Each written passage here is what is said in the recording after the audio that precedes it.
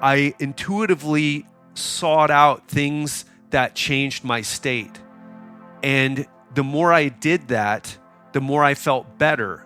And even more important than that, the more that I started to change as a person. So when I immersed myself in certain activities, certain things that caused these state changes, the more I did it, it went from, as Jamie Wheel said, altered states to altered traits. And I became a different person as a result. I am not the person that I was when I was in my teens or my 20s. I am a completely different person, and it comes from what we're talking about.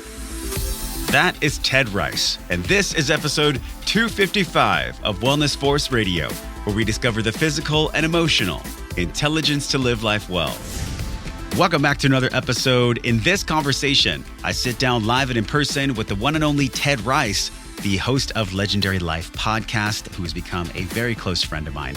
And we did this podcast across the planet, halfway across the world in Bangkok, Thailand. I just got back about a week ago from 31 days of self-discovery and breath work and learning and tantra and all these cool wellness modalities, where I got to spend the entire day with Ted at the tail end of my journey before heading back home to the United States.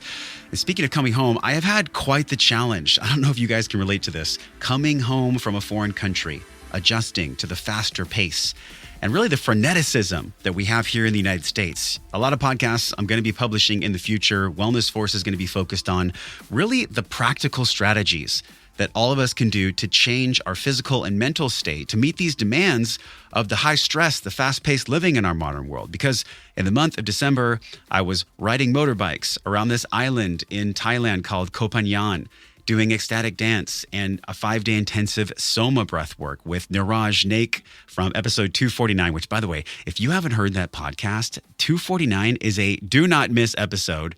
This will be linked in our show notes for TED. Go to episode 249 to learn more about Soma breath. It's going to be a huge focus in the wellness industry and honestly with Wellness Force as a collective. But coming back to my center, it can be challenging for parents, professionals, and just human beings, men and women who, like me, are true wellness warriors. We're committed to living this life well and gathering up the emotional and the physical intelligence to do so. So I think you're really going to love this conversation with Ted because we talked about altered states, the Legendary Life podcast, and really this gift of perspective, all three of those categories that can help us live our life more well. This was one of those rich and fun back and forth coffee shop conversations that we just happened to record on a podcast. And I think the number one thing you're going to get out of this show today that you can apply in your own life is how to exit the box life. And when I say box life, I mean the type of lifestyle where you sit in a car in a box on the way to work and then sit in a box at work and then after work, sit in a car who's a box,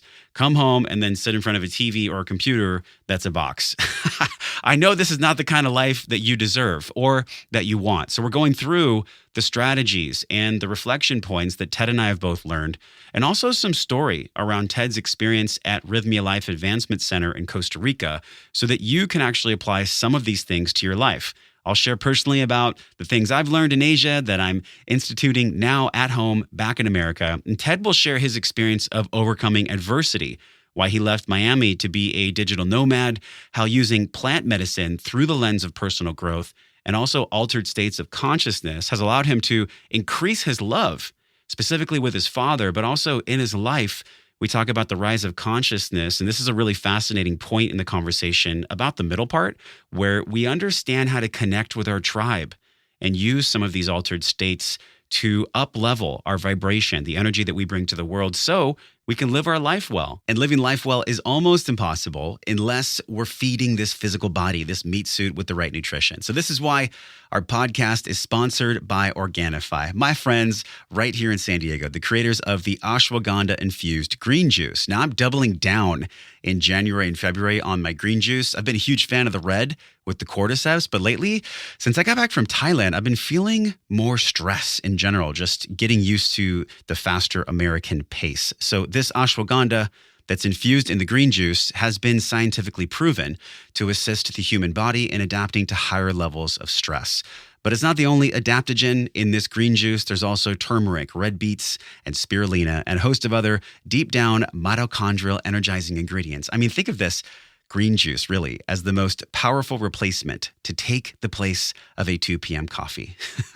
I've fallen down this road many times, right? Where my energy's wavering in the afternoon and the coffee seems so enticing, like a muse in the ocean. Yet really what my body wants is nutrition from the inside out. And that's what you get through this adaptogen-rich green juice. You can get it for less than a few bucks a day. Just go to Organifi.com/wellnessforce. You could save 20%. You won't find that discount bigger anywhere else. Save 20% with code wellnessforce at Organifi.com/wellnessforce to get 20% off the juice and everything else so you can live your life well, which is what we're discovering here on this episode with Ted Ryce. Let's dig in live and in person halfway across the planet in Bangkok, Thailand. Now here I am sitting in your place in Bangkok, Thailand, after we just went out and had like an amazing night at a Michelin restaurant, and then a 30-minute foot massage. So I'm like really grateful. I'm in this phase of my life where I'm just feeling incredibly grateful to be able to do this. Do you ever feel like that, man? Like you get to be this person that leads conversations. You get to travel the world. This is not something that comes to everyone. It comes from a really deep place of inspiration because it's not like an easy lifestyle. It has its benefits and its perks, but it's not necessarily like the easiest lifestyle. You've been out here for a year, right? Yeah, and you're bringing up a super important point. I think a lot of times we look at things, like a lot of people look at my life and how I've been traveling through Asia, and then I was in the States and in New York City and then in Costa Rica and then back in Bangkok. They're like, wow, that's so impressive. It's like you don't see the adjusting to time zones, all the craziness with the flights and coordination and adjusting things and all the trouble and ending up in a place like right now, we rented a place that was on the more expensive range of what was available. And it turned out to be one of the worst, smallest, tightest places ever, for example. Yeah. But we're in like a pantry. We're in like a pantry right now. In fact, we're going to cut the Airbnb short because it's just too much. And the internet goes in and out sometimes. And that was like the last straw for us. We were like, oh, we can hack it a little bit here, even though it's a bit tight. And it is a nice building. But coming back to your point, it has to do with congruence. Do you feel it or not? Like you talked to me the other day, or yesterday rather, about some of the people who are in this business who you feel like they're doing it as, I do interviews as a marketing strategy. Yeah. It's not a mission.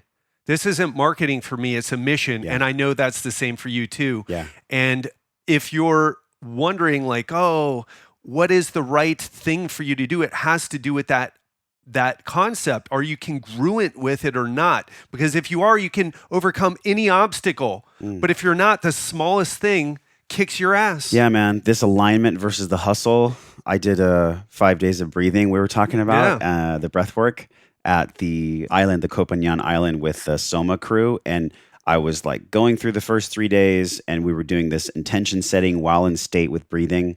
And my deepest intention that underlies every tangible goal is me not hustling in 2019, like intermittent hustling, but more aligning. And like you said, congruence. Because man, if I'm out of alignment with something, if something doesn't feel right in my nervous system or in my conscious mind or my subconscious mind, I'm gonna either knowingly or unknowingly sabotage it. And I've experienced that in my life where whether it's health or business or relationships, if something isn't deeply aligned in my soul, it doesn't work out. And it almost takes a soul inventory, like an emotional inventory. And I feel like that's really what this journey for me has been these 30 days. This has been, man, sitting here with you on your couch, this is marking the most special phase of my life to date. These past 30 days in Thailand, being able to see how other people live, see how other cultures operate, going through the challenges of traveling like you were talking about. It's been the ultimate proving ground. And I think I'm going to go back to America with just a deep well of even more gratitude than when I left, just to see how other people live, man. Do you feel like traveling brings out the gratitude in people? Maybe they have to have the right mindset, but what has traveling done for you, man? Such a great point. And the thing is, it depends on how you do it. Yeah. If you're in the 5-star resorts or whatever, it's just a resort removed from the local culture. Yeah. And you're with everyone who speaks English because they're all from, in the case here, Thailand, there's not as many Americans. It's more British and Australians. who are the English speakers, and then all the staff is speaking English, so you don't really need to step your game up too much. You're probably not going to grow a lot from that. But if you immerse yourself in the culture like I have, like you have, and walk the streets of Bangkok that aren't so pretty, or being in Koh Phangan in the areas that maybe you wouldn't have gone to if you were just stuck in an all-inclusive resort. Yep. That's when you grow. You see how people live. And to answer your question, what it's done for me personally, I believe that whatever culture you're in, and we're both Americans, so we have like the American perception. No matter how many books we read or how educated or worldly we think we are, or I spent 2 weeks here or 1 week there, once you get out, you start to detach from that perspective, and it allows you to see things in a whole new way. Maybe that sounds cliche, but the impact is so powerful. You start to, like you said, you have more gratitude. Yeah. You see, like, instead of reading something, and this is something I'm very passionate about, because in our culture, we have this myth of hyper-rationality and rugged individualism, right? And we try to use the power of our rational mind to read articles and read things and have that affect some type of transformation, some state change, or sometimes it works. Most of the time it doesn't. Yeah. But when you see like what we've seen, these people in Thailand working so hard, and like we were coming back at 11:30 at night and people are like packed into this truck and been working all day, and the people make $10 a day here. Yeah. For working like 12-hour days. It's insane. And you get a little first world guilt. You're like, wow, I didn't know how amazing I've had it. Dude, this reminds me, we have a similar friend, John Vroman, and he reminded me of this phrase, perspective is the ultimate giver of gifts. Wow. Perspective. Yeah. And perspective here, man, it really pulls out the appreciation for the good things that we have in America. Yeah, I mean, let's face it, capitalism isn't perfect. I don't think any economic model with human design is perfect right now. But God, we have sanitation, we have viable roads that don't fall, and we have meat that's refrigerated with laws. The chickens aren't hanging out in the window. I was in the grocery store in Koh Phangan, and there was like raw chicken just sitting out with no cover. And I'm thinking to myself, well, this might have been why I got food poisoning 3 times while I was out here. So there's certain things that I'm really going to be grateful for, be extra grateful for, this power of gratitude when I go home. And I caught myself a few times last year being a victim, like, oh my God, this is so stressful. My technology piece doesn't work. What's going on with my neighborhood? The leaf blower outside is too loud. And it's like, it's so easy for my monkey mind to get addicted actually to these thought patterns that it's like, it's not that big of a deal. It's really not that big of a deal. Coming out to a traveling episode for like 30 days, it showed me, I think what it really showed me was the world is such a massive place.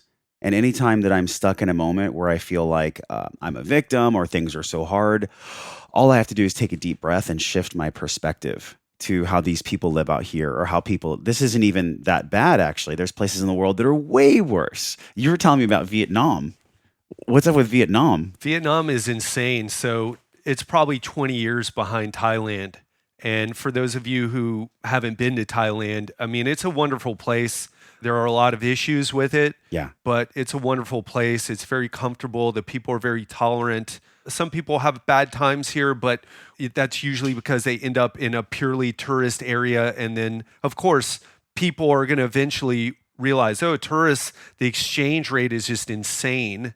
Let's try to get more money out of them. Let's try to hustle them. Let's try to scam them. Yeah. But it doesn't happen that much here, really, in Thailand.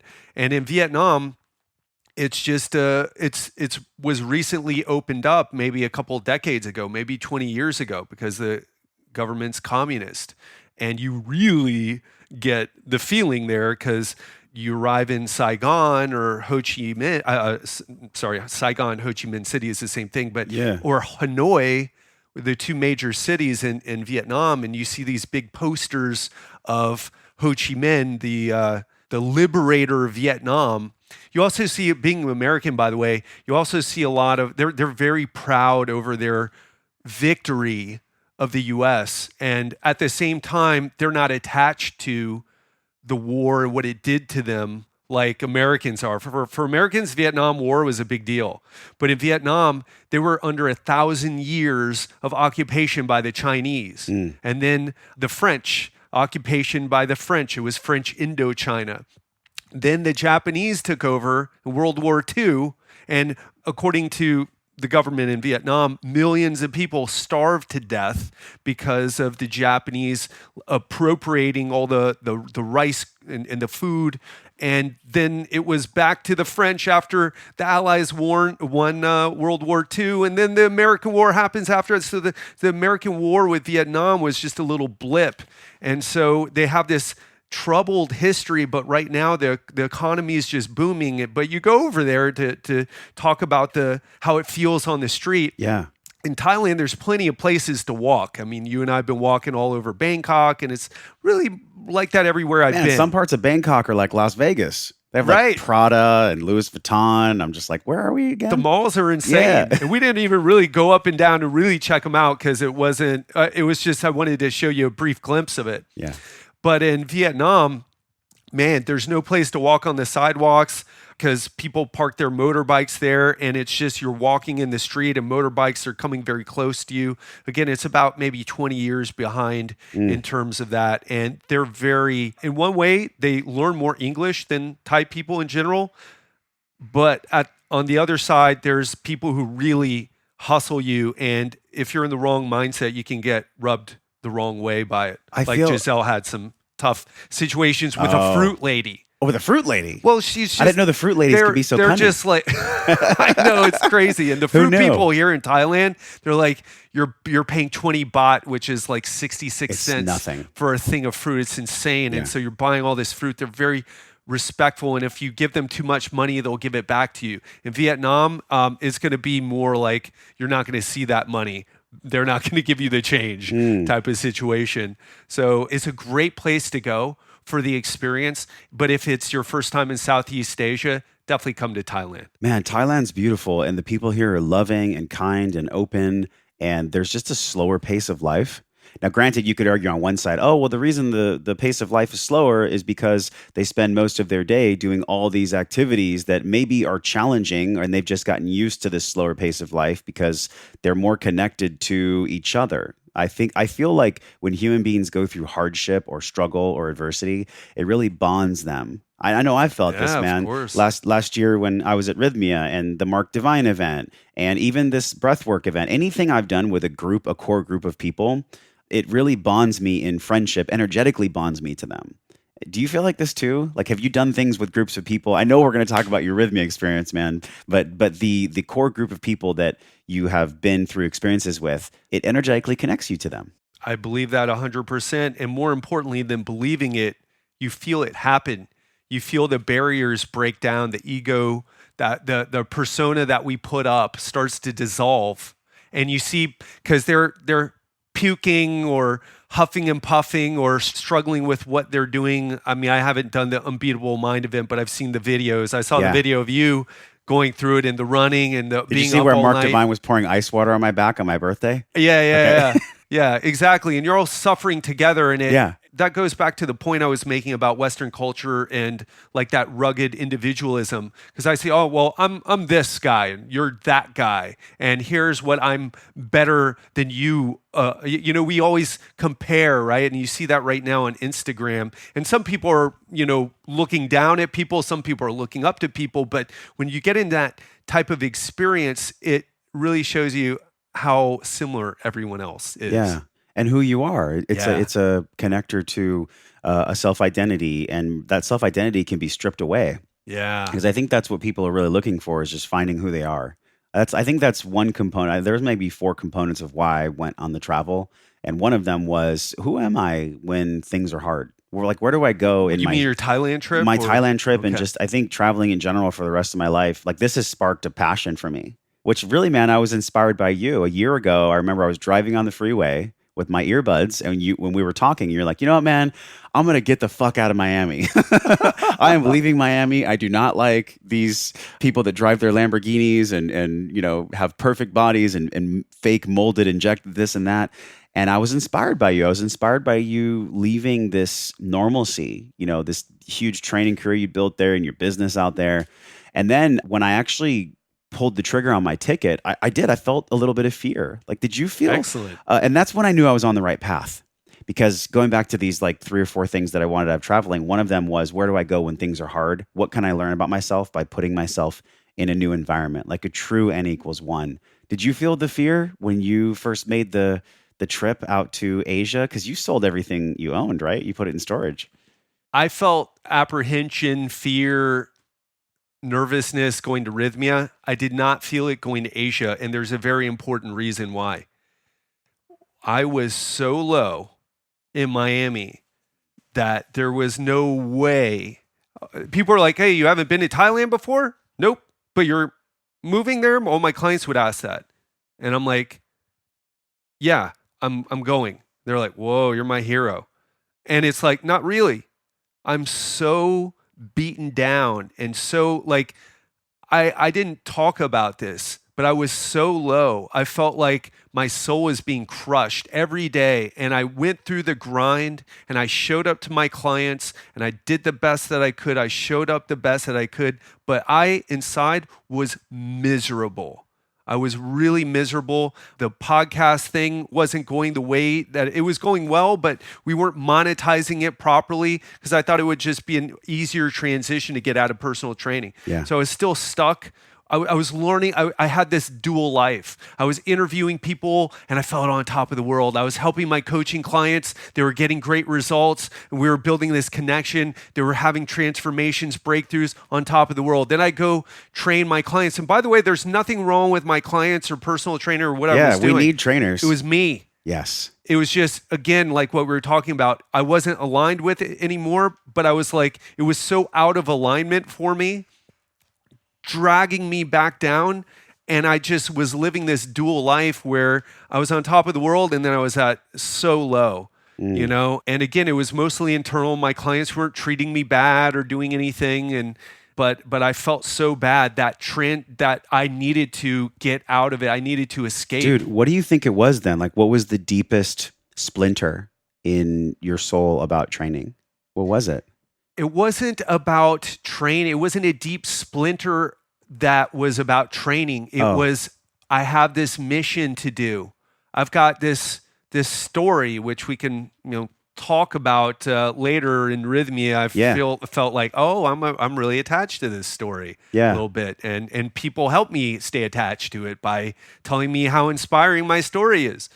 But it was that I wasn't living my mission. I had to go back and do something to pay the bills instead of, I was just doing it for paying the bills. And my clients, while they weren't negative people, they saw the transformation happening. And my client even offered to give me the down payment to buy some property in Miami because he was like, you got to buy property. You got to own property. It's one thing. And he's like, he's got a Ferrari worth $8 million, and that's one of his. He's got a Ferrari collection and a bunch of other cars and houses, and wow. So maybe my investment portfolio might not be the same as him, right? Yeah. So it's like he's telling me to do this thing, and I'm looking at some of my friends who have a house or an apartment in Miami, and it's a pain in the ass. It tethers you to a location. And I wanted my freedom, man. And I wanted the freedom also to step up into what I know is my mission in life, which is to get out there, have conversations with you like right now. Yeah. This is what I'm about. And I wasn't able to do that. And the more I was being taken away from that, the more it was just hurting me inside. Yeah, it's almost like the seed for the dream is planted, and then maybe our goal in life is to navigate the weeds in the garden so that the seed that was planted by our soul, maybe as a little kid, so that it actually grows. There was a moment actually in this intention setting when I was on the island, and we were doing breathing. We were experiencing this 20 minutes actually of intermittent hypoxia, and the instructor was like, when you were 6 years old, what made you the happiest? What made you the most excited? What made you the most enthralled about life? What gave you the deepest sense of curiosity and joy? And he's like, go there right now. And I was doing a breath hold. And as I exhaled, I snapped. I had this vision of me sitting right by the park, right by Murray Manor Elementary School. I could feel the wood slats on my leg. And I just went to this place of, I've always wanted to be a connector. In my whole life, all I ever wanted was, from a little kid, from 6 years old, I just wanted to make sure that other people around me were okay. But the one part that was missing is that I didn't know at that time, and my work as an adult has been to make myself okay in myself, my soul, my energetic body, my physical health, my mental health. Because without that, people can sense it. I think we all can relate. Like, we're around someone and we just love the way we feel when we're around them. Yeah. They're so calm. They're so grounded. Maybe they're on point and on mission in life. And people are magnetized to those individuals. And I think that's what I sensed when I was 6. I always wanted to make sure my exterior environment, the people, the family, the friends, were having a good time. We're sharing love. We're sharing joy. And that's why I dig being a connector now. I'm like you, man. My mission is to have these high-level conversations that actually matter, that in some way, maybe just a blip on the radar, make the world a better place. And I think it was really having these states where we go through, whether it's plants or breath work or float tanks and all these different states and tools, they bring people there. But people are so afraid. There's so much fear around, oh my God, you want me to sit in a cold tank? You want me to drink a plant medicine? You want me to hold my breath? Like, what the hell is going on? What do you feel about states in general? Like, how has this helped you? I'm actually curious for you, man, because you're really healthy. Like, you're in your 40s, right? I'm about to be 42. 42. Yeah. And you're like super healthy. You are leading this life where you get to have freedom. You've cultivated this inner calmness, this directiveness. Have you used states? Have you used state training beyond strength training to actually achieve this clarity? Yeah, it's a great question. And it's one that the implications of this question have importance for everyone listening right now. Yep. Because there are a lot of people who, like I mentioned before, we try to use the power of our minds. We listen to a podcast or read a book, and we're looking for that transformation. And sometimes it happens. Like, I really, honestly, sincerely hope that the person listening to this right now is feeling a state change. But far too often, even if we get it from something like that, it's not a big state change, because then you get to work and, oh, by the way, here's your curriculum, or here's your which you need to do today, and boom, then you get lost. It pulls you right back to the same bullshit. Exactly. The same mental loops. So the thing that I learned, or the thing I started doing intuitively to heal from all the trauma that I've been through, that started with my schizophrenic mother. I know we both have a commonality there with our mentally ill mothers. That started there and just gradually got worse with my brother being murdered. And I intuitively sought out things that changed my state. And the more I did that, the more I felt better. And even more important than that, the more that I started to change as a person. So in other words, we just talked about how the person may feel good listening to this, but then they go to work and they get pulled out of it. And so they had that moment of that state change, but then it was gone. But what I noticed is when I immersed myself in certain activities, certain things that cause these state changes, the more I did it, it went from, as Jamie Wheel said, altered states to altered traits. And I became a different person as a result. I am not the person that I was when I was in my teens or my 20s. I am a completely different person, and it comes from what we're talking about. Yeah. All these things, all the work, whether it's exercise or breath work or plant medicine or traveling, I think is one of the most powerful things. It's a state change of its own. Absolutely. You're like, whoa. What the hell did I sign up for right now? Where am I? This is different. And it really makes you come alive. Your turns on your brain, and you got to solve problems. This is such a good point, man. Getting outside of the regular box living, which is like, and I've heard this, I think it was George Carlin that actually talked about this, the comedian. He's like, Americans, we're all box life. We sit in a box to go to work. And then we eat lunch out of a box at work. And then we sit in a box when we work. And then we drive a box home to watch a box when we get home. It's box living. Right. And it's so funny because going outside of the box is, I think, where people feel really alive. I think that's what actually gives us the juice of living. And sometimes that juice of living is only experienced through like a piercing sword of adversity, because that's what makes the gratitude flow out. And I've had a lot of state changes over the past 3 years, man, more than probably in my whole life. I'm 38 now, and my life really started to turn as soon as I dove into my fear and launched Wellness Force. And I've talked about this a few times, but I was fired from that box life. In 2014, 2015, I was fired from it. And it was the most beautiful gift. It was the most beautiful gift because I didn't expect it. And it was where the universe pushed me against the wall. And I, at that time, didn't know what the universe felt like, really, because I hadn't explored what the universe was deeply yet. But I can flash back and be like, oh, that was the moment where the universe asked me, what do I really want? Like, what the fuck do I actually want for my life? And I think so many of us go through life without ever actually knowing, like a deep knowing of what it is we truly want, because we're so distracted by the bills, the responsibilities, and what you and I just talked about, where somebody will feel the truth in a moment. Then as soon as they go back to the box life, they're completely distracted and they lose that sense of life in a different state. Do you feel like the next level for you is to continue on this state path of changing state and figuring out what this state change lifestyle might be? I just made that up, state change lifestyle. Hashtag state change lifestyle. It's a long hash, but it might work. I don't know, man. Like I'm going to leave tomorrow, and I'm curious what your life's going to look like from a state change perspective and from a personal development perspective in 2019. Like, what's that You look mean like? my life? Yeah, you personally. Well, you gave me this beautiful gift of going to Rhythmia. And I think I was on a pretty good path to begin with, having spent 9 months in Asia. In fact, when you presented me with this opportunity to go, this idea of going there, I did not want to go. I was like, oh, I don't know, Josh. And, I felt connected with you. And I said this before when people were asking me to do a video about the experience.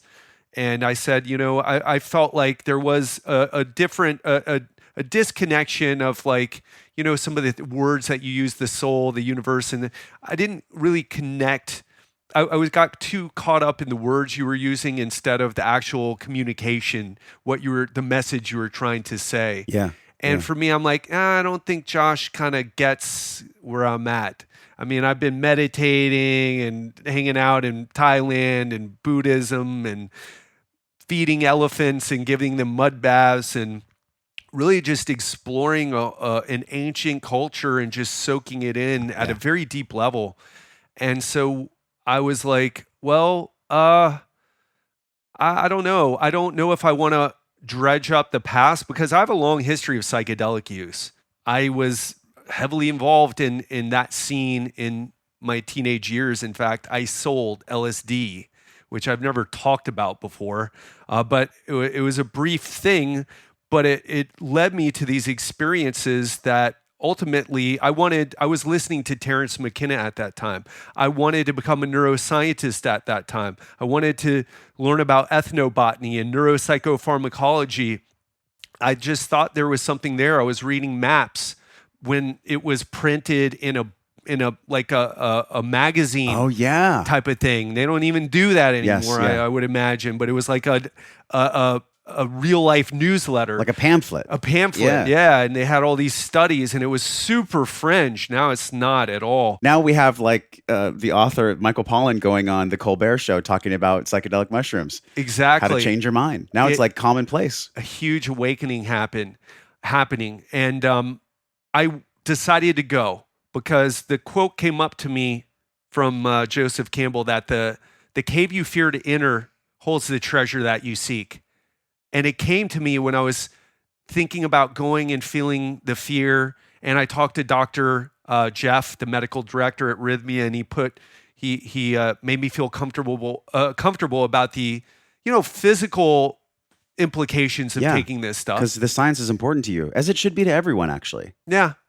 Well, and also, like, I didn't want to have like some hypertensive crisis or any type of event. I think caring about your safety, especially if you're a parent, which is not my case, but my brother is dead. My sister is dead. I'm the only living child that my dad has. It would be irresponsible for me to just say, oh, well, go out to the jungle and drink jungle juice where there's no safety or medical supervision and have a problem and end up dying. And then where does that leave my dad? It would be it would irresponsibly selfish for me to do that. But after I talked to Dr. Jeff, I went in, I was like, you know what, I'm going to do this. And I had resistance. And you even said you watched my first video, and I didn't feel connected to the people there, especially, and partly why that happened was because they throw you into the group that's just went through the experiences there Saturday and Sunday, that they leave on Saturday and Sunday. So there's intermingling, and you're listening. You're like, oh my God. What are these people talking about? Yeah. Don't want any of that. Or what did I sign up for? Right. And then you realize, I thought some of those people could have been a little bit cooler and like, hey, listen, it sounds crazy, but you're going to be okay. There was this kind of elitism a little bit, which I find in a lot of the more spiritual kind of people. Yeah. Wasn't bad. Right. Well, they had just gone through an incredible threshold of healing, and maybe they were just saturated in kind of the new state that they felt. Yeah. Thinking about states. But we're all on the journey, man. Some of us are more classy in these stages of journeying than others. Yeah, absolutely. Absolutely. And they just felt disconnected from us, and they didn't know how to deal with it. And it's so powerful. And of course, like, it's cool. But it didn't, what the point is, it didn't help with like getting there and feeling like, oh, I made the right decision. But I was there, and I started meeting the people. I actually left a table. I got up and walked to another table with some of the people who I had met and who were just beginning the journey. And man, the point is, it just led to a transformation, a healing on the emotional, even physical, and maybe most importantly for me, spiritual level. As you said, you've always thought of me as a spiritual person. Yeah. I've felt that way in a way, but I haven't really been that connected to it. If you're, well, how are you spiritual? I don't know. I don't really feel it. I didn't feel it. So I'm glad you felt it, but I didn't feel it. I felt up here in my mind, yeah, I'm a spiritual person, but then I was like, do I really feel that's the truth? And the answer would be no. But whoa, everything changed for me after that. Do you feel like, and I totally want to share whatever you're willing to share, because I know it's like a very sensitive and very intimate process, but do you feel like the medicines of sorts will be possibly a check-in for you later in life? Do you think I can't wait to go back to Rhythmia. Yeah. And I'm considering doing like Rhythmia is the place I think Westerners in general should start. I think so too. You should not go out to... Do not go to the jungle and lay next to a boa constrictor. Yeah, exactly. Don't do it. Don't do it. You'll think, oh man, that's a crazy hallucination. No, it's actually real. Well, and actually this goes to a point when any human being is experiencing a place where they might want to do medicine or just state changes in general. There's great practitioners, and then there's okay and maybe like unsafe practitioners. And I think the vetting that you did is so intuitively perfect. The vetting that all of us get to do whenever we do a state change or a medicine or anything, it has to feel good. We have to have some piece of our body and our mind that trusts what we're about to do. Otherwise, I mean, that's why we have this rational and irrational fear wired into our brain. If something doesn't feel in my body correct, that's different than if my mind is telling me that I'm afraid. Whenever I do something with a little bit of fear, I know I'm on the right path. But if I'm feeling like a deep washing of fear about something, that for me is more of a rational fear. Did you have a fear that almost pulled you away from it? Or did you know once you had gathered the evidence and collected enough knowledge that it was going to be the right path for you? Yeah. You mean, did I feel like I was some of my rational fears were going to happen? What was the messaging that was coming up? Like, what were the messages that said, I'm not going to go to Costa Rica and drink this plant medicine?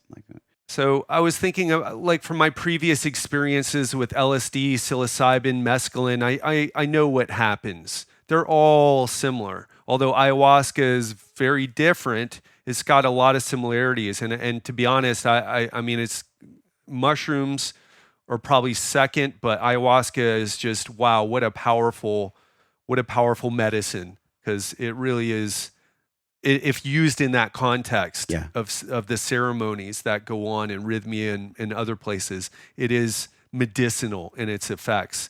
And it sounds weird to say it in English, I think, and it turns a lot of people off, but that is what the translation of the word in the many different indigenous dialects, that's what they call it, and that's what they call it in Spanish. And so it makes sense, although it sounds a little cheesy sometimes, at least to me and probably the other kind of skeptically minded people, but it really is the appropriate word. So what came up? Do I want to dredge up? Since for those people who haven't heard my interviews with you before, my mother was schizophrenic. She had a postpartum psychosis after my sister was born, emotionally and physically abused me. That sent me down a weird road where I was awkward, nervous, anxious, fearful of the world. Things kind of got better, but then I was living with my dad and my stepmother, who were both attorneys, but were high-performing alcoholics. That made it a very stressful, terrible situation, especially with my sister and I, who had been through so much trauma. And even for my little brother, who was born from my stepmom and my father, but still, it's trauma to have my little brother. I remember him calling my stepmom, his mother, a monster after drinking. So who wants to watch their mother become a monster? I mean, I couldn't imagine what he was going through, because I was older and I'd already dealt with my monster mother, had a bit more perspective about it. But then he was kidnapped and murdered when I was 19. Something that blew up Miami. In fact, at Rythmia, people were there from Miami. 3 people were there from Miami, and 2 in particular, we got talking, and she was saying, "Oh, I'm from Miami." I'm like, she said something about Santeria, and we're talking about shamanism. I was like, "Oh, are you Cuban?" And she's like, "Oh, yeah." And I'm like, "Oh, cool, I'm from Miami." And then it naturally led to that conversation about my brother, Jimmy Ryce. And if you Google Jimmy Ryce, only do that if you if you're ready to go down a very dark, soul crushing, painful rabbit hole, because there's not anybody who reads that story and doesn't have an effect from it. So that happened. Then my sister committed suicide at the end of 2013. And it's just like, do I want any of that to come up? Do I want to deal with any of that? I've been dealing with it so much. Do I want to deal with any of that? And most of it did come up, but I was worried about that. But the thing that worried me the most was the physical effects, and what I said about my, I guess, dedication to my father, my being responsible with my life for my father. He's got to die before me.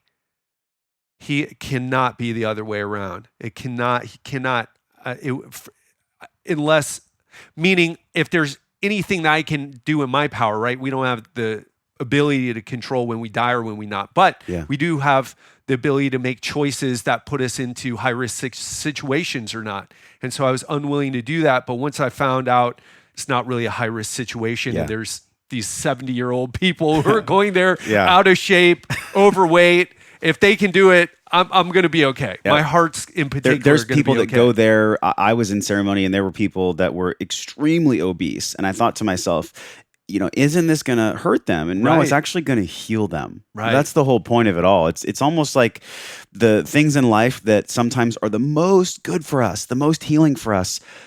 The logical mind is so afraid of them, whether it be exercise or plant medicine or healthy foods. Like, there's this fear of the discomfort, because there's the threshold, man. You went through this massive threshold to know that all these things that happened, all this trauma had happened for you, and then you get to Rythmia.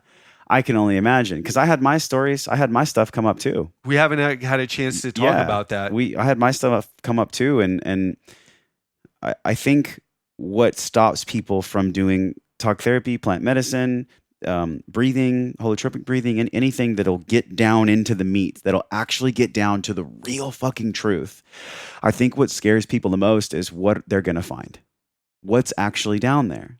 Because so much of our society in America, coffee and pornography and even overuse of marijuana or shopping habits, just overworking, alcohol, eating, workaholism, all the isms, right? There's so much that distracts people from the deep down truth, from what's really going on, that I think people don't want to go there. And I can understand for you, man, because I think this will be the 4th time that you've been on Wellness Force. I think the 3rd or 4th time. Wow. And so people already know the trauma that you've experienced. And I'll definitely link this in our notes today, because I can really sense that the people that go through the most trauma and the people that have the most struggle, if they actually choose to use that trauma, then they can have a greater capacity to heal others and to be there for other people. The analogy I've seen, I forgot where I read this, is like the adversity and the trauma is the universe pulling back the arrow. And then when you let the arrow go, you shoot way farther. But you have to choose to actually let the arrow go at some point. Great analogy. What actually happened, man? Because I haven't talked to you about this. Like when you got there that first night, what was it? Well, the first night was just arriving there and not much happened. But the second night was Sunday night. I arrived there on Saturday. The Sunday night, I did breath work. And I am a very skeptical person, but a true skeptic, because a lot of people aren't really skeptics. You're a healthy skeptic.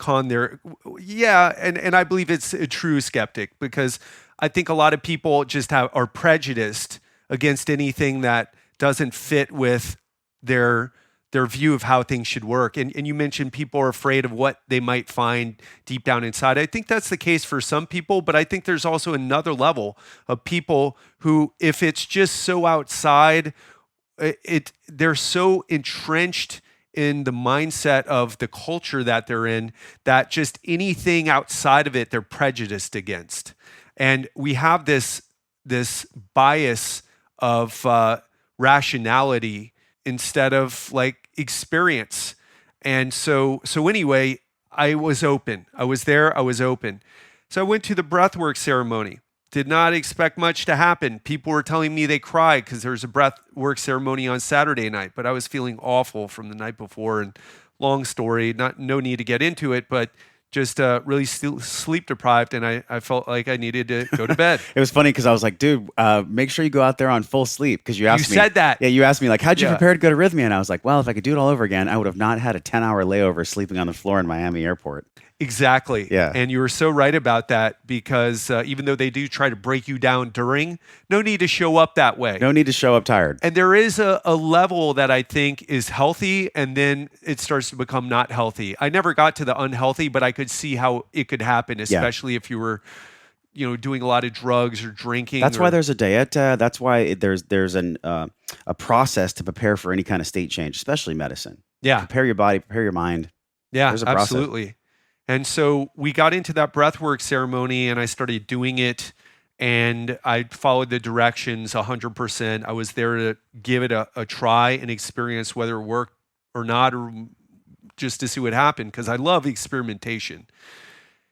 And I have hope that things will work. I'm looking for things that work. I think we need to find things that work, and things that work for everyone, or work for the greater majority of people, not just the people who are more susceptible to suggestion, like go to faith healing and have the preacher lay his hands on you and get healed, which may work for some people, but it's not going to work for a lot of people. It's not going to work for me. So it's really important that guys like us figure these things out and share them. So I'm there. I'm doing the breath work, doing the breathing. I started to feel a little lightheaded. Started to feel a little tingly, started to feel like sexual energy come up.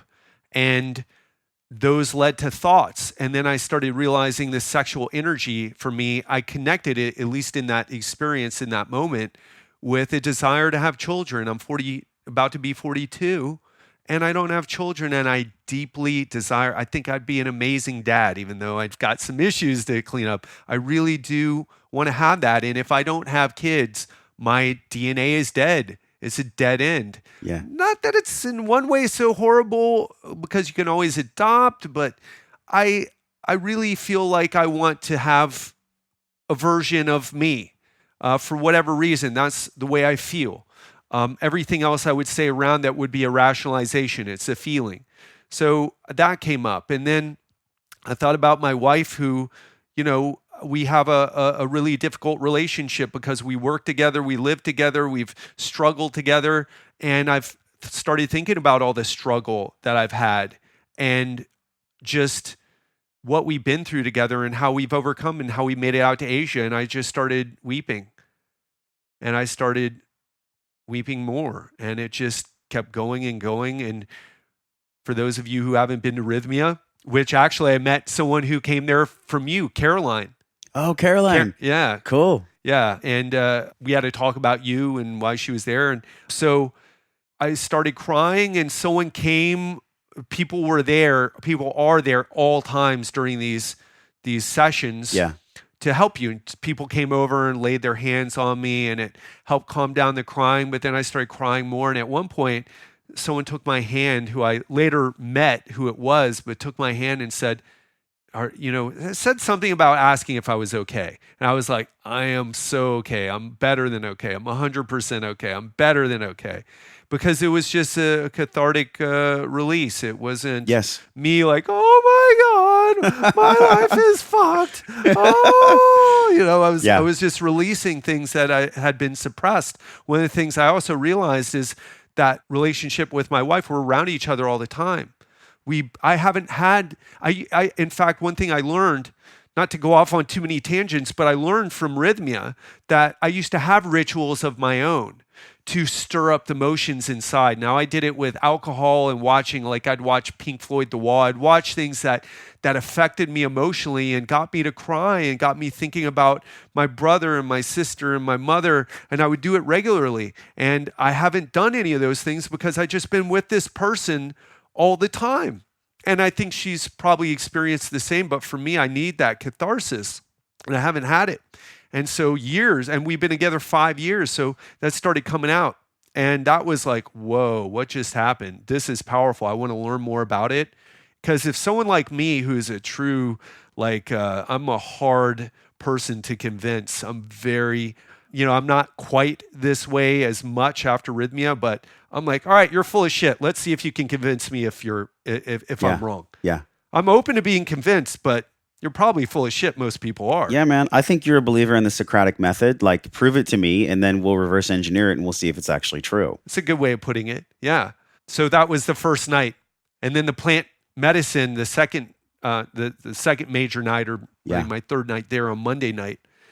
I was there listening to Jerry give his talk. I thought he was a very compelling speaker, but he talked about physical healing occurring. Did not believe that. Talked about the miracle happening for people. Did not believe that. But I'm here. I'm open to it. And hey, do you want a miracle? Yes. Yeah. Don't we all? I'll take a miracle. I'll take a miracle. Besides the one that we're actually here. Yeah, exactly. Mm-hmm. Right. And it's a very strong word. So first ceremony comes around. Everyone's nervous, even the people who had been there before. And there's two shamans, these two German chicks. And I'm like, two white chick German women calling themselves shamans. Okay, yeah. Sounds like some hippie bullshit to me. But I was there, drank the medicine. I love how you explain this skepticism, dude. It's so great. Yeah. And I think it's warranted in most cases, but I was wrong. And I felt the power of what they did and going through that experience and drinking the medicine, and how, for those people listening who are like, oh, are you promoting drug use? No. We're promoting, or at least I'm promoting, a ceremony where there's facilitation by quote unquote experts, right? These shamans, now they don't have PhDs, but they have training from these shamans that have been doing this for generations, and they got training from their elders and so on and so on. And so they took us through this journey. And at first I was just feeling the medicine, feeling good, just enjoying the music, because there's chanting, there's music, and didn't feel much the first cup. The second cup, it started kicking in, and you started hearing people getting a little weird. There was some laughing and stuff. But the third cup, I found myself to keep this mostly about my experience, because there's so much we could say, right? I'm sure your experience was the same. Yeah. But I found myself on the hammock outside, with the one that has access to all the stars. I sat in one hammock. I'm like, the trees are in the way. And I found that one at the end that just, the night sky was so beautiful and vivid, and the moon was 3/4 full with this big halo around it. And I was just taking in the majesty of the universe, the awe. I was just in awe of the universe. And I was rocking in the hammock. I felt like a chimpanzee, like I visualized a chimpanzee, like kind of hanging out in the tree with the leg hanging. I just felt like in touch with my inner primate. Yeah. But during the rocking, that's when it started getting deep. So I started thinking about the rocking chair that we had when I was 3 years old, and my biological mother was rocking me, and she was rocking my sister, and it was good. And then I started thinking about how sick she was, how psychotic she was, and not from a like, oh, it traumatized me. I was feeling her pain, and I saw a vision of her. I didn't see hallucinations. Yeah, I didn't me see neither. anything that wasn't there. Sort of visualizations is what I had. Yep.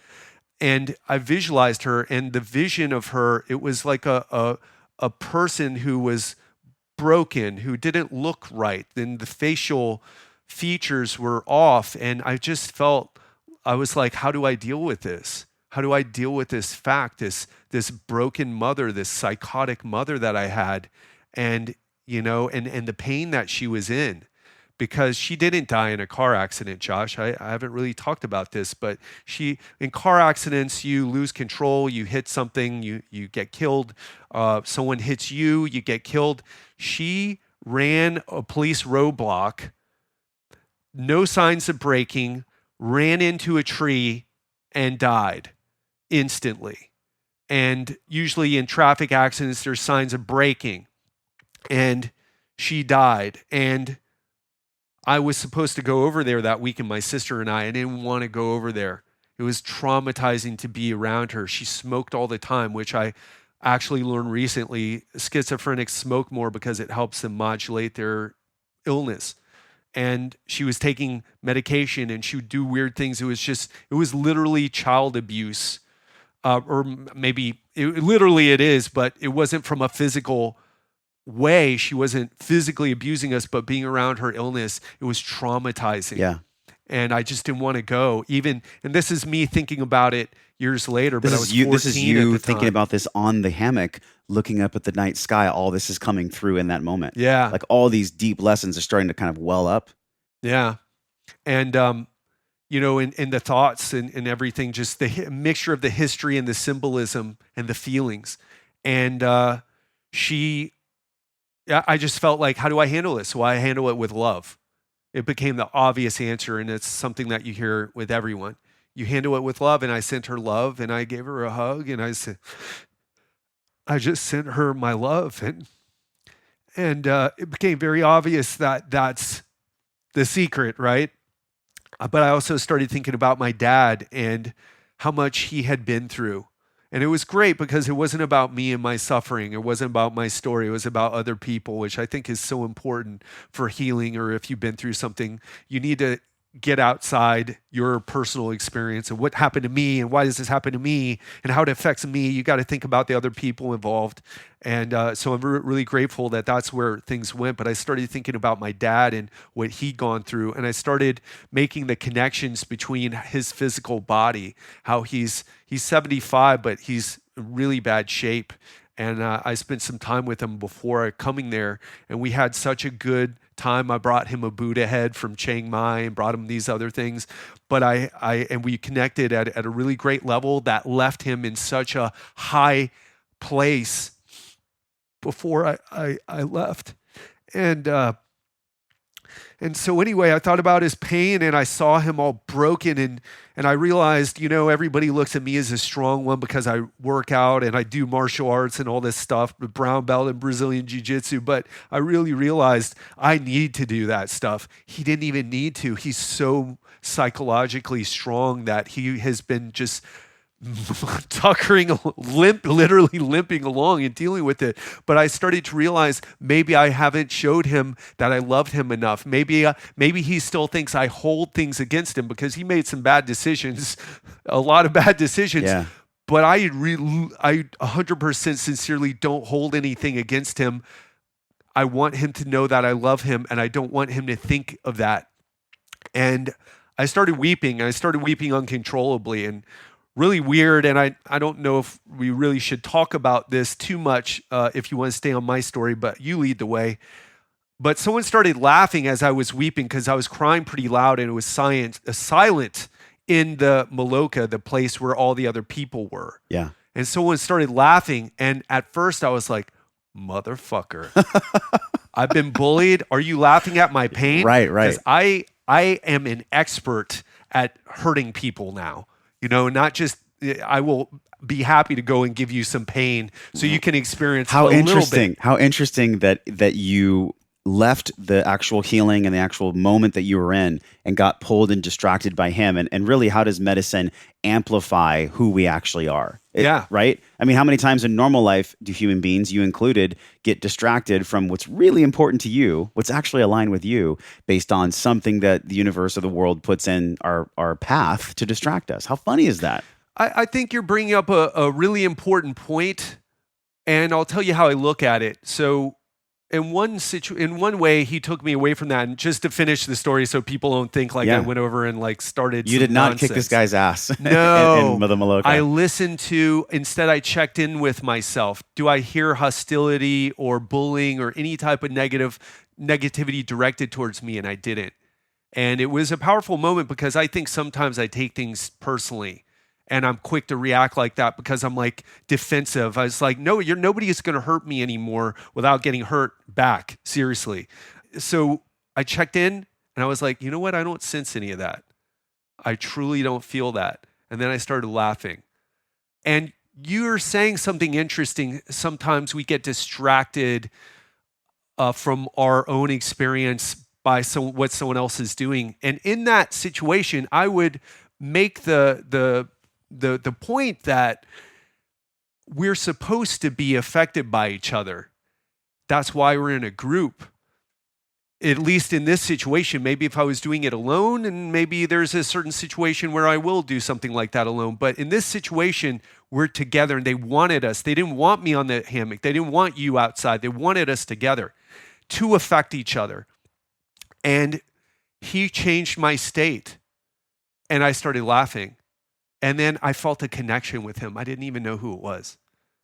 And just to finish up the night, I ended up sharing with people and it became a big thing. Like so many people came up and thanked me for sharing and they started talking about my story and just really, there was a lot of hugging. And I was sharing it not from a place of seeking attention, but from just a catharsis. And also like, if this can help you listening to this, then here it is, and I didn't sleep much that night. I woke up in the morning. I had to call my dad, and I had one of the most beautiful conversations with him, and we were just connected in a way that I felt his heart opening up when he talked to me. And it was just a great conversation. He said, Ted, I've never felt like you blame me for that.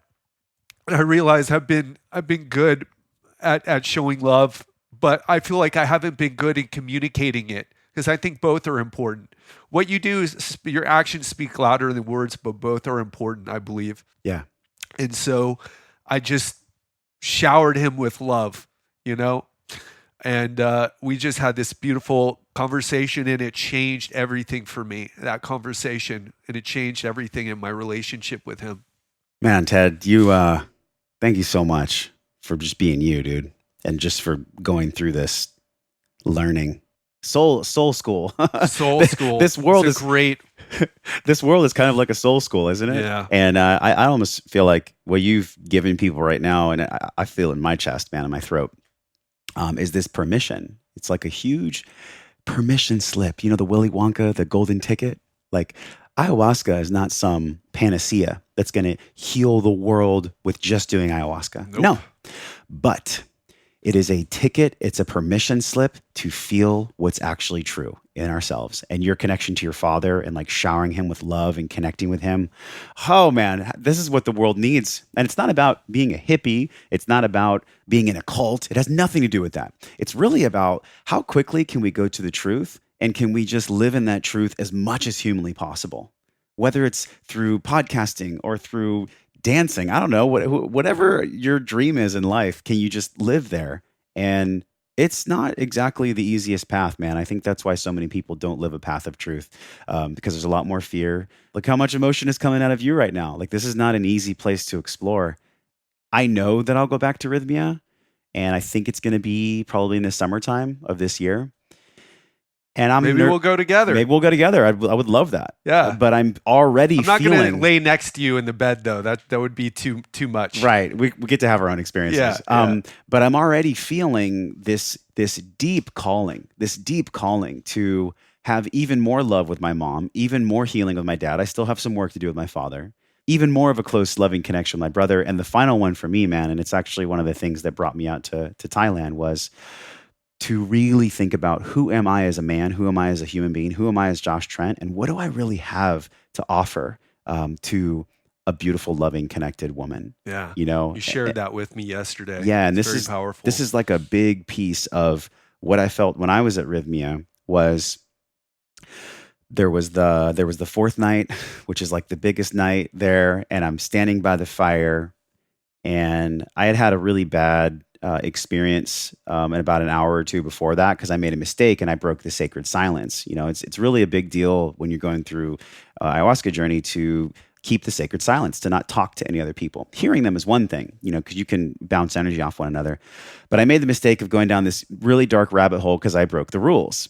What did you talk to people about? What the hell were you talking to people about? I don't even remember, but I basically, my personality is that I'm a connector ever since I was 6. And so I wanted to make sure that person was okay around me. Right. I think it just comes from just wanting to make people okay. So I took on these other people's stories and I took on their processing. But anyways, I let that go in this moment where I'm standing by the fire, and the sun is starting to come up, because it's like 8 at night till 8 in the morning. The sun is starting to come up over the horizon, and I'm starting to feel renewed, because when it's, darkest, it's right before the dawn. And I was feeling very dark for a couple of hours. So I'm by the fire pit, and I see the sun come up, and I start to feel like this love and this trust, like, oh, everything's going to be okay. And right when I felt that, I actually felt kind of this out-of-body experience where I almost thought I was going to die for some point. And then I realized, like, maybe this is actually what an ego death feels like. And I burped up this kind of like bubbly black looking thing. And when it popped, it was Minority Report, like Tom Cruise. It was all the different scenes of my life. It's surreal just to talk to you about it right now, because it was every memory I've ever had almost. And it was all splayed out on a glass screen. And there was one specific memory of me being 13 years old at my house in La Mesa on White Place, as where we used to live, on Broadmoor Drive in La Mesa. And there I am in my room, and I see the cars. I used to love Mustangs, and there was posters all over my walls. And I was 13 years old, and I was just like sitting in my room in the dark, like crying, because I felt so alone. I didn't have the tools to like make peace in my family. I didn't feel okay. And I like went to that moment, and I put my arms around myself when I was 13, and I held myself, and I was like, man,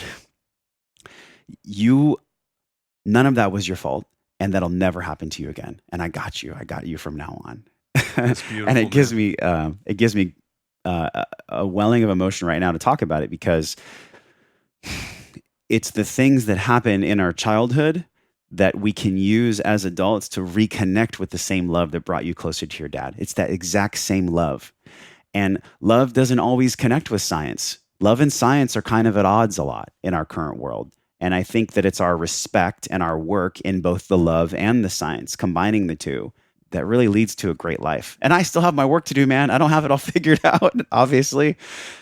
But it's these moments of transformation that really just direct us back to love. And I think this is what I think the true catharsis is is when we return to the love, all the other addictive thoughts that the monkey mind was clinging to, that shit just falls to the wayside. There's no room for it. There's no room for the monkey mind fear-based thoughts of, is this guy making fun of me? Does my dad actually love me? Is my life going to work out? All these negative things that just weigh us down, those exit the physiology and the psychology because there's no room, because love just fills up the whole container.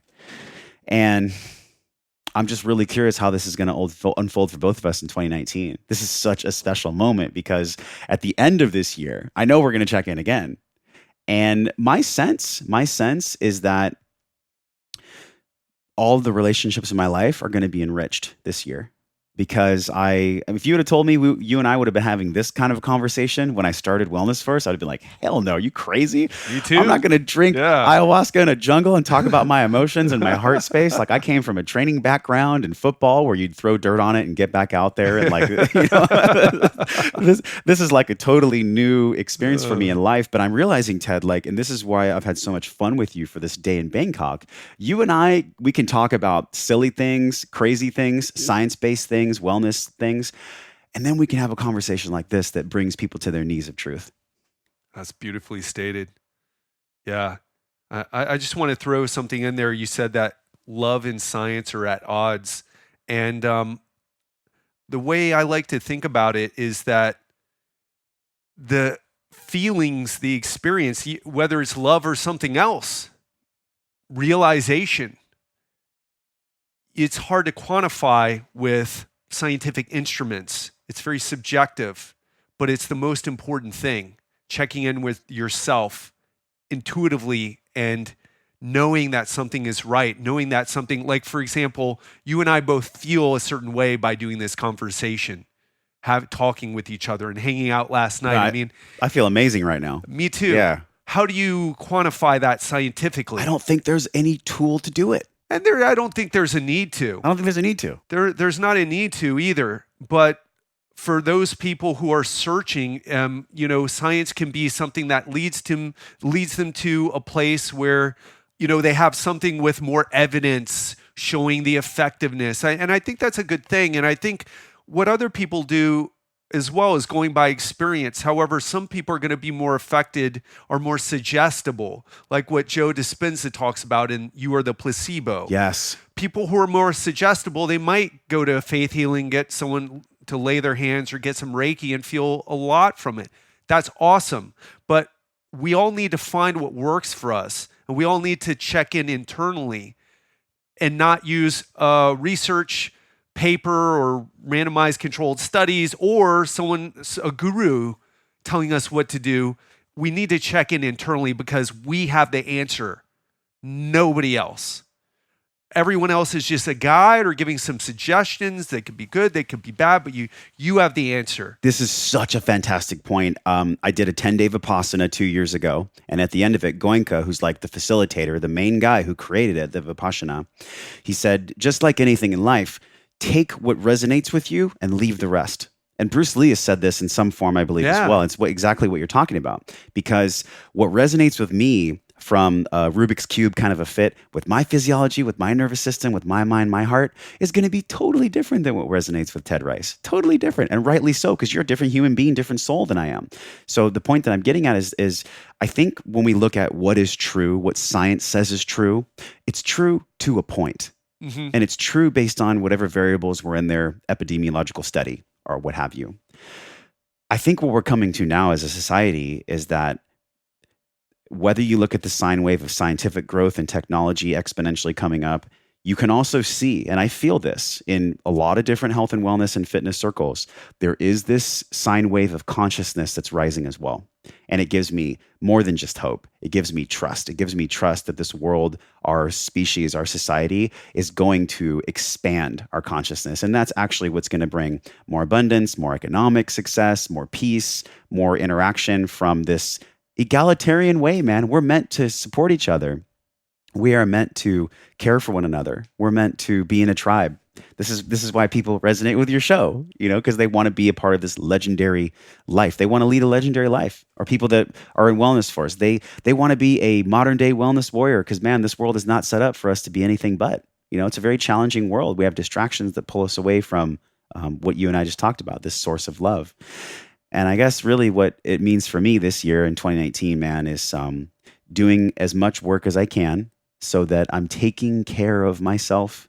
This word selfishness, it feels like selfishness can actually be a good thing in 2019, to be selfish. And I don't know what the Latin etymology is, but to be selfish is like to truly take care of oneself. I don't think selfishness has to be a negative thing. Are you focused on anything that's really deep in self-care or self-work this year?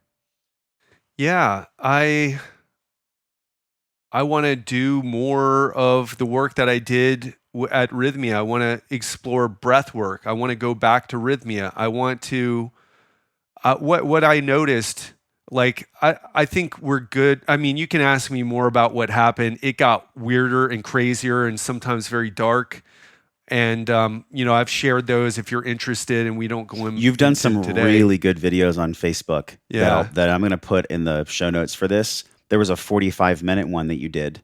And that one I held Rhythmia. back. I shared one that involved when I confronted my brother's killer on the second night. Yeah, let's let people watch that on the page. Yeah, that's going to be a very uncomfortable, but I think necessary video for people to hear. Like, if you want to stop watching cat videos for a second.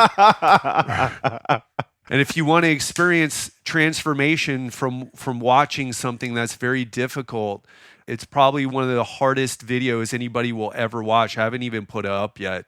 And, and part of me doesn't want to, because I'm like, even though I'll say whatever, I'm not afraid. The only thing I have issues with are repercussions, the things that can affect other people. But for me, like, you're not going to do anything to me that I've been through worse. You're not going to even come close with, oh, you're stupid, or this was dumb, or whatever you want to say to me. It's really not going to cut too deep. Yeah.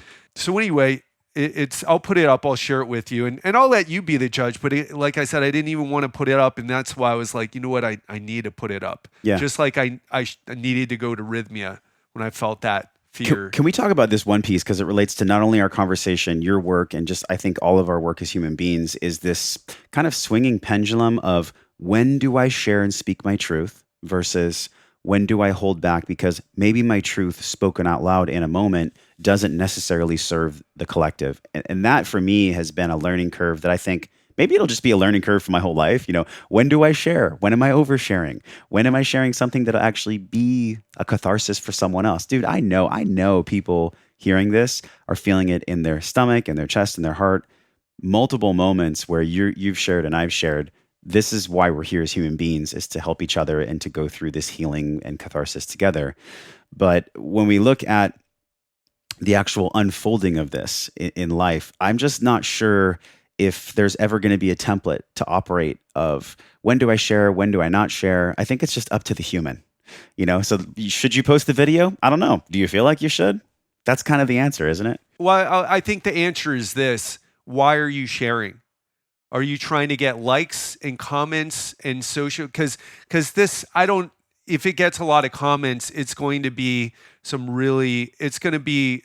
stuff. It's not the type of thing, let me put it like this way. It's not entertainment. It's not like, hey, look, give me some likes and comments. And one thing I've noticed, by the way, just for people creating content and myself, I've been more authentic. I've truly, like, we pay lip service to that word and say we're doing it, but I was not doing it to the level that I'm doing it right now. And so I think when we're being authentic and truly, truly, truly being it, we're sharing things not for seeking attention or for the likes or for the celebrity or whatever the payoff is. We're sharing it so that other people get something from it. And in this case, it's something where, like, well, I don't know who's going to watch it or who won't, so I have to put it out there. I think when we're with a person, we need to check in.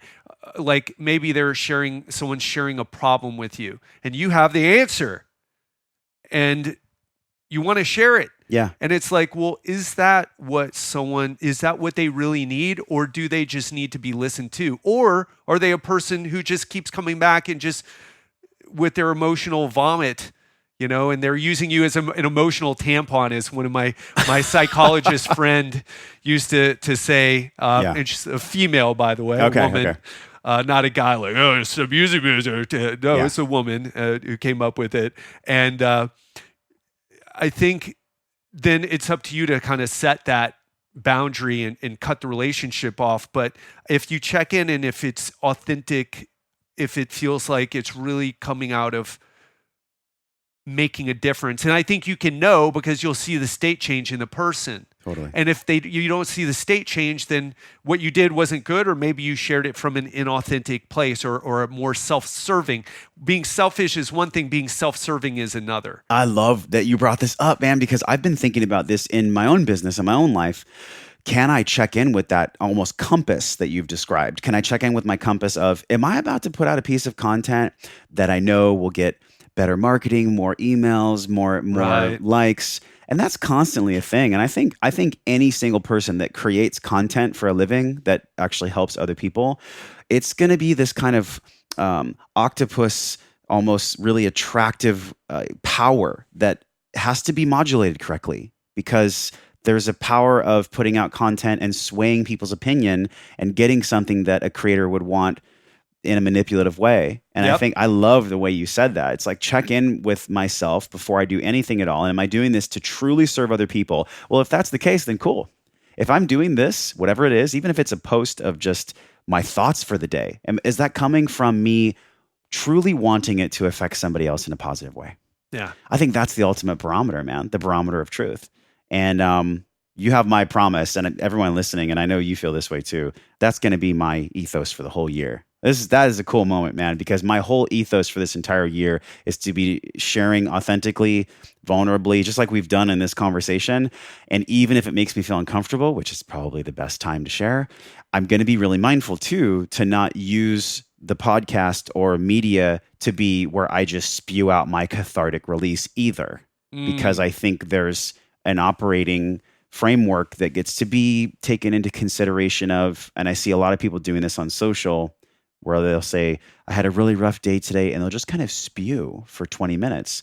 And I don't think that's helping anyone. I think there's this...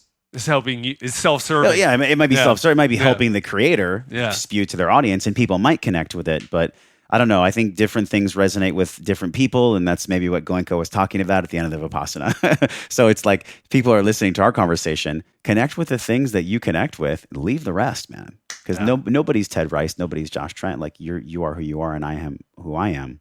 I'm really bummed, actually. I'm gonna leave tomorrow, dude. I think the next time I see you, we'll spend a couple days together. Yeah, a little. We got to make that happen somehow. We're gonna do this breath work with Soma in March, and then I know there's gonna probably Where's that gonna be? It's gonna be in Southern California. It's gonna be in San Diego, most likely.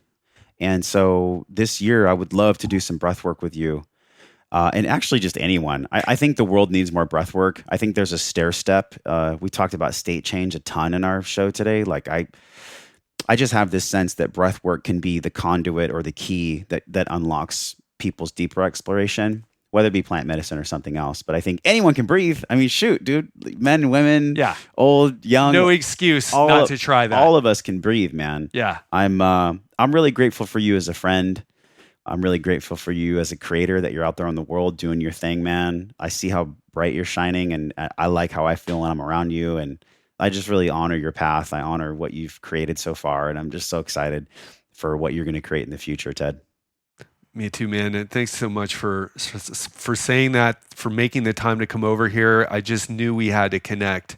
And it was when I first saw you, I just was like, from the moment I finished Rhythmia, I was like, when I see Josh, I'm going to give him the biggest fucking hug, like, what a gift. And I look up to you and what you do, and your success at not just building up Wellness Force, but of you as a person and your ability. You've really grown so much since I've known you, and me too. And we've grown together, and it's just an honor to know you. And meeting you in person and hanging out. I just feel so connected with you, man. I just want to spend more time around you, brother. You know, man, you're giving me such a great feeling, Ted. Thank you for just letting this happen. You know, we're here in your place in Bangkok. Like, I have no idea what's going to happen in 2019, but I don't know. I just feel better knowing that men out like you are out there, and I'm really stoked for this year, man. So do you have anything else that we missed? I mean, is there anything else you want to explore? There's so much more. If you want to hear more about me, go to my podcast and check it out, legendarylifepodcast.com, or find me on iTunes, Legendary Life. And find me on Wellness Force too. Yeah. Wellness Force Radio for everyone listening from Legendary Life. If you're not listening to Josh, you really gotta give Wellness Force a try and see if it sits right with you. And for me too, if today you're like, I love Josh, Ted, it's okay. That's fine. Yeah. But look for the people who, again, check in with yourself. Look for the people who, that's the thing I would end on. Yep. Look for the people and the modalities, methods, the things that really cause that positive state change in you, and do more of that. Ooh, such a great way to end this conversation. Explore the states that bring you the results you've been wanting. And if the results aren't an A+ on your report card, just let them go. We don't have to be attached to anything this year, or any time, but especially like this. It's a big year, man. I have this sense that 2019 is going to be a really massive year, and I love you, bro. Thank you for who you are and everything. Love you too, man. Hey, my friend, thank you for hanging out and growing with me today. Everything you learned on this podcast starts with your morning practices. So from over 200 world-class guests and counting, we've distilled the gems, the best of the best science-backed practices, down into a 21-minute morning system guaranteed to increase the positive flow in your day. Get this free and powerful 21-minute life-changing system over at wellnessforce.com/M21. If you enjoyed this episode, tap your phone, share it with someone you care about, because that is how we all get better together. Supporting the show is easy. Leave us a 5-star review right now from your phone. It helps us reach other smart and conscious people like you. Either tap your phone and hit the link in purple that says review this podcast, or go to wellnessforce.com/review. And this show doesn't stop here. We're continuing the discovering process in our private Facebook group. You can be a part of it. All you have to do is go to wellnessforce.com/group, and I'll welcome you at the door. Okay, now you get to go out into your world and live your life well.